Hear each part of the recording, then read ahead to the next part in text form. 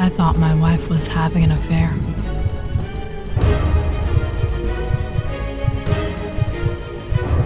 It turned out to be far worse.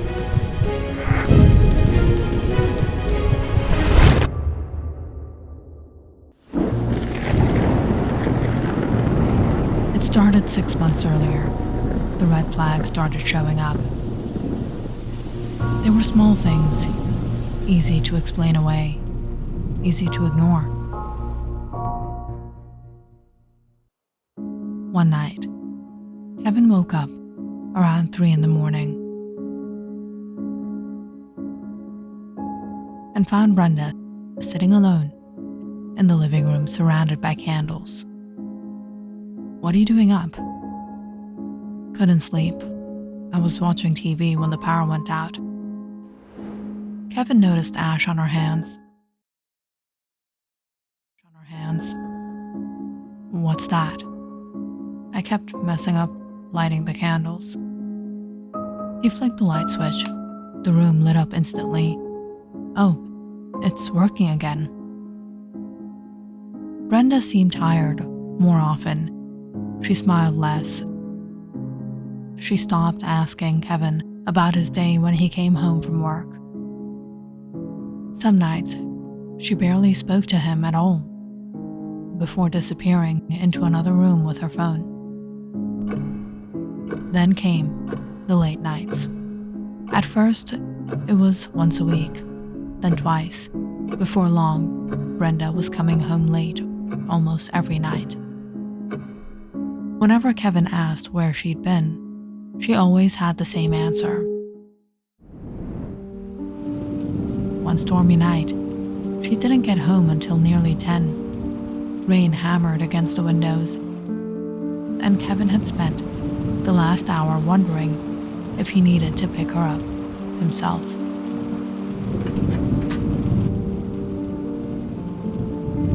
"Where were you? I thought I'd have to come get you in this weather." "Work ran late." As she stepped inside, Kevin noticed her shoes were caked in mud. What the hell happened there? Construction outside the office. Work's been crazy lately. But that was the least of the strange answers. Her phone never left her side. If it buzzed, she checked it immediately. If Kevin happened to walk into the room, the screen somehow always disappeared before he could see it. The worst part was how exhausted she looked. The woman who used to drag him out for date nights on a Friday now looked like she hadn't slept properly in months. "How about a date night this Friday? My treat. We haven't done it in a while. You should wear that red dress for my anniversary dinner." "I can't. I've got work in the morning." "It's dinner, not a cross-country marathon." "I'm just tired, Kevin." That answer seemed to be her favorite lately. Brenda didn't dress up anymore. That alone should have worried him. She used to have a shopping obsession. One week it was a necklace she absolutely needed. The next week it was a bracelet, then earrings, then shoes. Half her closet existed because she'd spotted something shiny while they were out together. And Kevin never minded buying it for her, even if it drained his bank account.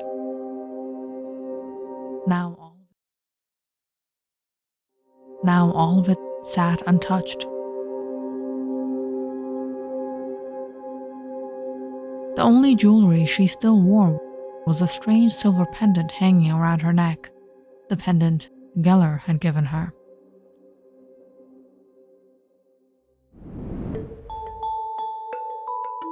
Six months ago, Brenda had been promoted at Geller Industries. Out of hundreds of employees, only 3 people had been selected for the company's VIP cabinet. The promotion nearly tripled her salary overnight. Since then, she had been earning 5-figure months. Way more than him. At first, Kevin had been proud of her. Then, the distance started. Maybe success had changed her. Maybe she saw him differently now. She looked at him and saw a husband who hadn't kept up.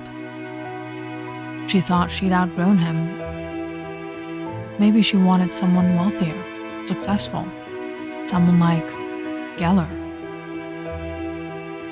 Everybody loved Geller. The man owned the company and seemed to be good at everything. Employees talked about him like he was some kind of celebrity. He was wealthy, charismatic, confident, and there wasn't a doubt in Kevin's mind he had his eyes on his wife.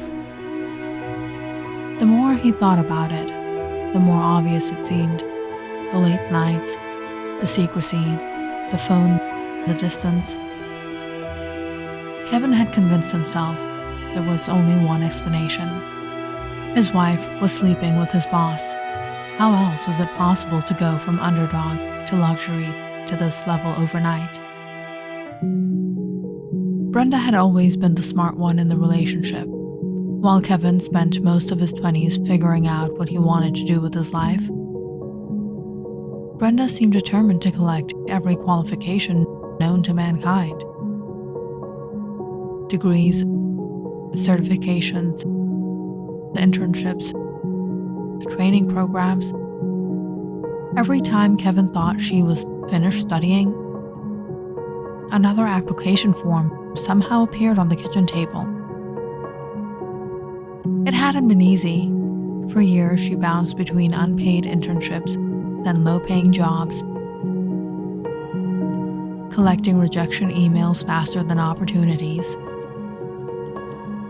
Kevin lost count of how many times he found her crying after another interview went nowhere. Through all of it, he stayed by her side.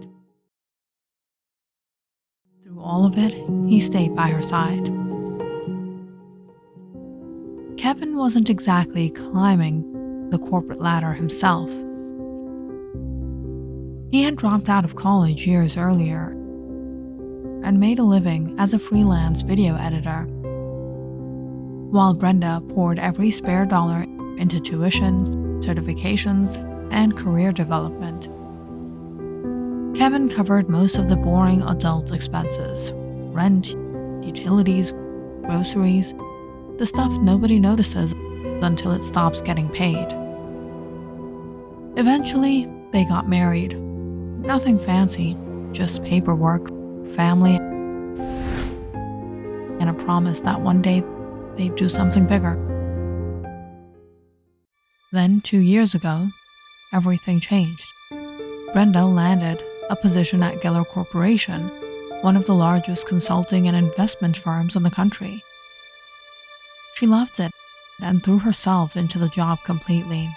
Early mornings, late nights, weekends, extra projects, anything to get ahead. And it worked. Geller noticed. Kevin still remembered the company gala where everything changed. Brenda brought him as her plus one. The hotel alone probably cost more than their annual rent. Near the end of the night, Geller stepped onto the stage.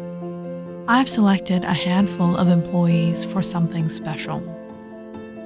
Everyone knew what he was talking about: the VIP cabinet. Officially, it was a leadership development program. Unofficially, it was the closest thing Geller Corporation had to royalty. Nobody knew exactly what happened inside the VIP cabinet. Employees only saw the results: massive salaries, luxury apartments, exotic vacations, promotions that seemed to happen overnight.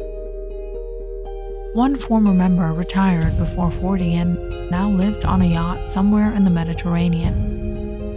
Another executive received a company-funded mansion as part of his compensation package. Nobody knew what was true. What everyone knew was that getting selected could change your life. There are currently 3 positions available. Then Geller started reading names. When he called Brenda's, Kevin almost dropped his drink. For a moment, she just sat there staring at the stage, while everyone around her applauded. Afterward, people lined up to congratulate her. Managers who had barely spoken to her before suddenly wanted to shake her hand. Senior executives were introducing themselves. It felt like Brenda had become important overnight. Then Geller dropped another surprise. All candidates would attend a week-long conference on one of his private islands. Interviews, evaluations, leadership events, and final selections would take place there. Later that evening, Kevin and Brenda stood near the balcony overlooking the city lights. "I don't think I can take you with me this time, babe. I'll survive a week. I'm so sorry." Before she could finish, a voice spoke behind them. "Family matters here. Bring Kevin." Both Brenda and Kevin turned to see Geller. "Anyone who supported one of my employees through 10 years of education deserves a vacation." At the time, it felt like a genuinely kind thing to say, but his intentions weren't so.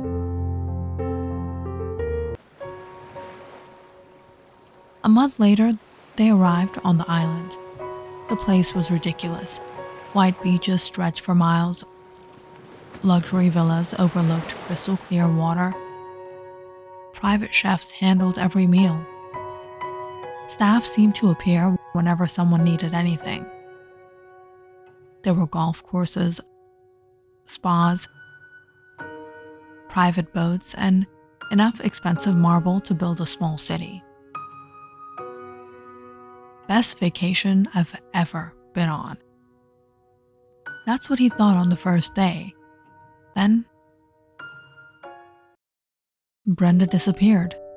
Every morning she had meetings, lunch meetings, private interviews, networking events, dinners, and then more meetings. Meanwhile, Kevin spent most of his days alone. Every employee told him the same thing. "Relax, enjoy yourself." Easy for them to say. Their wives weren't running around pleasing another man. Brenda kept apologizing whenever she saw him. "I'm so sorry, Kevin. It's fine. Just one more meeting." Later it became just one more dinner. One evening, Kevin finally asked, "Can't you just skip one?" "I wish I could." As the week went on, Kevin started noticing something else.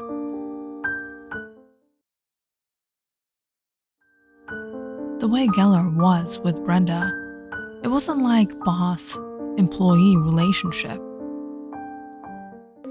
"Excellent work this week, Brenda.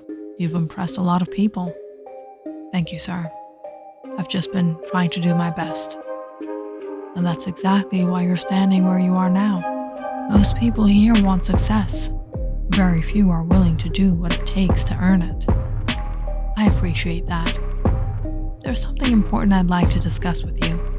Something that could affect your future with the company. Of course, my suit, 10 o'clock, tonight. And wear that red dress of yours." At first, Kevin told himself he was imagining it. By the end of the trip, he wasn't so sure.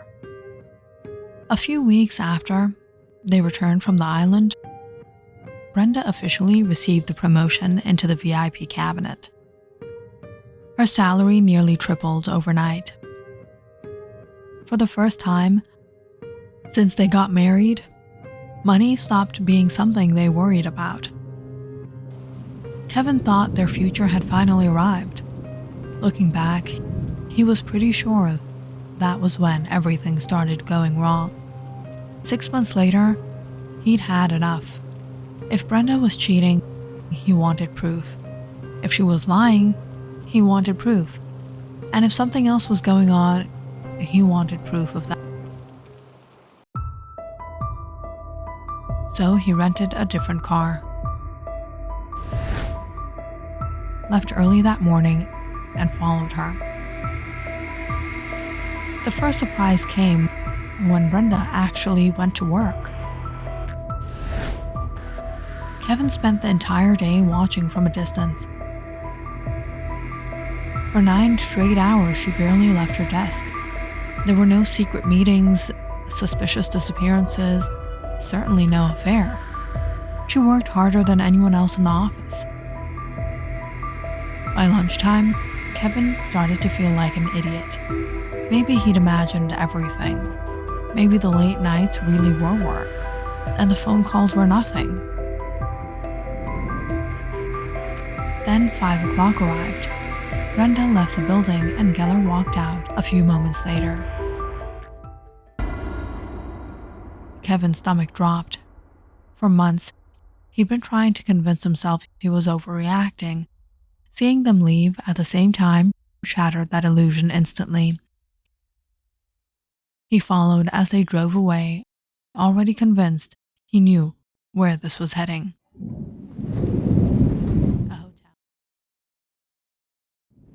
A hotel, a penthouse, Geller's mansion.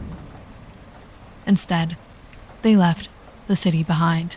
The buildings disappeared, traffic thinned out, and before long, they were driving through empty roads lined with trees and creeping fog. Kevin gripped the steering wheel tighter with every mile. Nothing about this felt right. Nearly 40 minutes later, Brenda turned onto a narrow dirt road. Geller followed, and Kevin killed his headlights before cautiously continuing after them. His tires crunched across wet gravel as the road wound deeper into the woods than he saw it. Sitting beyond the trees was an old church. The building looked abandoned. Several windows had been boarded up. Parts of the roof appeared to be collapsing, and the stone walls were stained black from decades of neglect. Kevin pulled over further back and watched them climb out of their vehicles. As they started walking toward the church, his eyes drifted down to the muddy path leading to the front doors. Suddenly, a dozen memories clicked into place. The mud on Brenda's shoes, the ash on the floor, the bits of candle wax, the strange black dust he kept finding around the house. Whatever she had been doing for the past 6 months, she had been coming here. Kevin stayed low as he followed behind them, keeping enough distance that the darkness and rain hid his movements. The muddy path became harder to walk on, and every step pulled at his shoes. Near the edge of the woods, something caught his eye. A small child's shoe sat half buried in the mud. Kevin stopped. Do people come here? He stared at it, confused, but before he could make sense of it, thunder shook the sky. He pushed forward until he reached the side of the church, where he found a broken window panel. Slowly, he raised himself and looked inside. What is she doing? Click on the subscribe button and check out more awesome videos on our channel. And don't forget to press the bell icon because you know it's interesting.